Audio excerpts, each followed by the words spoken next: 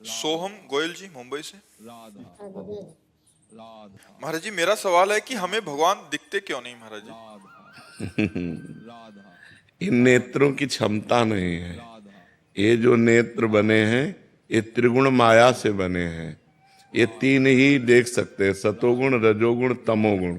और सतोगुण, रजोगुण, तमोगुण से बनी हुई वस्तुएं देख सकते हैं। देखो, अंदर की जो वृत्तियां हैं हम उन्हीं को नहीं देख पाते जब तक एकाग्र नहीं होते, मन को, बुद्धि को, चित्त को। अभी तो बच्चा है, लेकिन उसका प्रश्न बहुत बढ़िया है, इसलिए सबके लिए है। भगवान है पर दिखते क्यों नहीं, ये तो सबकी बात है ना।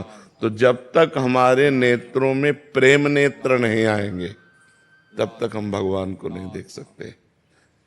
जो हमारे हृदय में प्रेम नेत्र हैं वो जब खुलते हैं तो इन्हीं नेत्रों में उनका प्रकाश होता है। और इन्हीं नयनन सब सुख देखे, अपनो जन्म सुफल करि लेखे। इन्हीं नेत्रों से फिर वो देख पाते हैं, क्योंकि इन नेत्रों में प्रेम नेत्र प्रकाशित हो जाते हैं। जैसे विराट रूप देखने के लिए भगवान ने अर्जुन की दृष्टि में दिव्य दृष्टि दी तो विराट रूप देख पाए। श्री कृष्ण रूप तो बराबर देख रहे थे, लेकिन विराट रूप देखने के लिए भगवान ने दिव्य दृष्टि दी। ऐसे ही सर्वत्र भगवान विराजमान है, सबके हृदय में भगवान विराजमान है। जब तक हमारे हृदय में प्रेम नहीं होगा तब तक हम नहीं देख पाएंगे। प्रेम से प्रकट होए मैं जाना, हरि व्यापक सर्वत्र समाना, प्रेम ते प्रकट होए मैं जाना। जब तक प्रेम नहीं है तब तक भगवान का दर्शन नहीं हो सकता। जब तक ज्ञान नेत्र नहीं तब तक तत्व दर्शन नहीं हो सकता। तो प्रेम का प्रादुर्भाव तब होता है जब खूब नाम जप करे। तो आप नाम जप करते हो, और नाम जप करो, ठीक है। फिर भगवान जी आपसे आके हाथ मिला लेंगे, ऐसे आके, ठीक है। तैयार रहना, खूब नाम जप करो जी। श्री हरिवंश महाराज जी, आपके चरणों में कोटि कोटि प्रणाम। महाराज जी, आपकी कृपा से आपके बताए हुए मार्ग पर चलने की कोशिश कर रहा हूँ, लेकिन महाराज जी कोई भी संकल्प 15 से 20 दिन से ज्यादा उसका पालन नहीं कर पाता उसका हूँ। कारण है ब्रह्मचर्य की हीनता। आगे वही लिखा कि मतलब बार बार गिरा देती है ये काम वासना। तो महाराज जी जीवन मतलब मेन पॉइंट जो है वो ब्रह्मचर्य खंडन है। अगर थोड़ा ब्रह्मचर्य पर ध्यान दे दीजिए तो दिनचर्या ठीक हो जाएगी। ब्रह्मचर्यहीन पुरुष की कभी एक दिनचर्या नहीं चल सकती, ये पक्का नियम है। और ब्रह्मचारी की दिनचर्या में कभी फर्क नहीं पड़ सकता। इसलिए कोशिश करो नाम जप करते हुए पवित्र आहार, अल्पाहार लेते हुए, कुसंग का त्याग करते हुए, मोबाइल से या व्यक्ति से कुसंग न होने पावे, शास्त्र विरुद्ध संग न होने पावे, और अपने हाथ से कोई ऐसे आचरण न करे। तो फिर ब्रह्मचर्य का पोषण जरूरी है। परमार्थ में चलने के लिए ब्रह्मचर्य अति आवश्यक है। यदि चाहे वो गृहस्थ ही क्यों ना हो, तो गृहस्थ का मतलब थोड़ी कि रोज पे विचार करो, नहीं, एक उसमें भी मर्यादा है।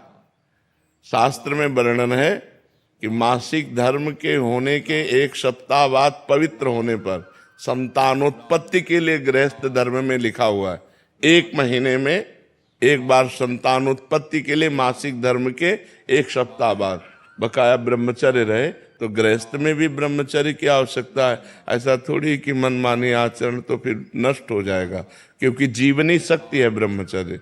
वो जब तक ठीक नहीं रहेगी तब तक ठीक नहीं रहेगा। तो ब्रह्मचर्य पर सुधार करो, क्यों भाई? हाँ, मतलब कोशिश पूरी करते हैं महाराज जी, लेकिन 10 दिन एकदम अच्छे से रहेंगे। हाँ। फिर कभी कभी ऐसा हो जाता है कि एक बार गलती हो जाती है पूरा चीज हाँ, हो जाता है, हो जाए, वो मन खिन्न हो जाएगा, मन हार जाएगा, फिर उत्साह नहीं रह जाता। वो आपका ही नहीं सबका होता है। तो जो हमारे उत्साह को नष्ट करे, भगवत प्राप्ति के मार्ग में उत्साहहीनता पैदा कर दे, उसके प्रति तो बुरा भाव आना चाहिए ना।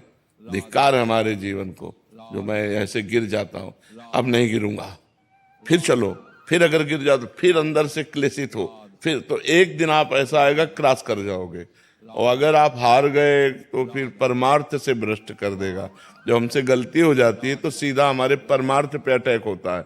जो हमारी साधना चल रही होती है वो शिथिल हो जाती है कि यार अब क्या करें, अब तो फेल हो गए। नहीं, हम फिर कमर कसें, फिर आगे बढ़ें। 1000 बार फेल हो जाए तो 1000 बार हम प्रयास करें। ये मनुष्य जीवन को हम व्यर्थ नहीं जाने देंगे, हम इसे भगवान की प्राप्ति करा के ही रहेंगे। समझ रहे हो ना? हारो मत। जब आपका साधन आगे बढ़ जाएगा तो ये सब प्रपंच छूट जाएगा। अभी साधन ही लड़खड़ा रहा है, बार बार साधन टूट रहा है। 10-5 वर्ष एक रस साधन चल जाए, वही सिद्ध हो जाएगा। तो आप थोड़ी मेहनत करो, थोड़ी हिम्मत करो, थोड़ी लड़ाई लड़ो मन से, तभी आप जीत पाओगे। और नाम जप करते रहो। नाम जप करते हो? हाँ, नाम जप करते रहो और लड़ाई लड़ते रहो। ये लड़ाई है बहुत बड़ी लड़ाई, पूरे विश्व को चौपट किए यही मन, पूरे विश्व को चौपट किए। मनमानी आचरण भोग बस इसी में लगाए हुए। परमार्थ ऐसे चढ़ाई और पतन ऐसे है। तो चाहे जैसे जल को छोड़ो तो नीचे की तरफ सद से चला जाएगा, लेकिन ऊपर की तरफ चढ़ाना है तो यंत्र की जरूरत पड़ेगी। ऐसे ही मन को छोड़ो, भोगों में चला जाएगा, लेकिन ऊपर चढ़ाना है तो नाम और मंत्र की जरूरत पड़ेगी। जितना नाम और मंत्र जप करोगे उतना ही मन ऊर्ध्वगामी होगा, और जितना आप छोड़ दोगे उतना ही अधोगामी हो जाएगा। इसलिए खूब नाम मंत्र जप करो, और शास्त्र के अनुसार जो निषेध है उसका संग मत करो। पराई बहन बेटी का संग मत करो, मोबाइल से गंदी बातें मत देखो, गंदे लोगों का संग मत करो, गंदे विचारों को अंदर जब आए तो उनको काटो नाम जप के द्वारा, कोई गंदी क्रिया ना होने पावे, तब जाकर हम आगे परमार्थ में बढ़ते हैं। महाराज जी, नाम जप करते करते कब नाम छूट जाता है और कब गलत चीज में लग जाते हैं महाराज जी, इसका पता नहीं। हाँ, एकाग्रता भी समझ नहीं पाई ना, नहीं तो 1 सेकंड की भी हरकत को पता चल जाता है मन की। जब आप एकाग्र होंगे ना, अंतर्मुख होंगे, तो 1 सेकंड के हरकत मन गया। अभी प्रमाद स्थिति है, इसलिए अभी मलिनता है, इसलिए पकड़ नहीं पाते हो, और नाम बढ़ाओ।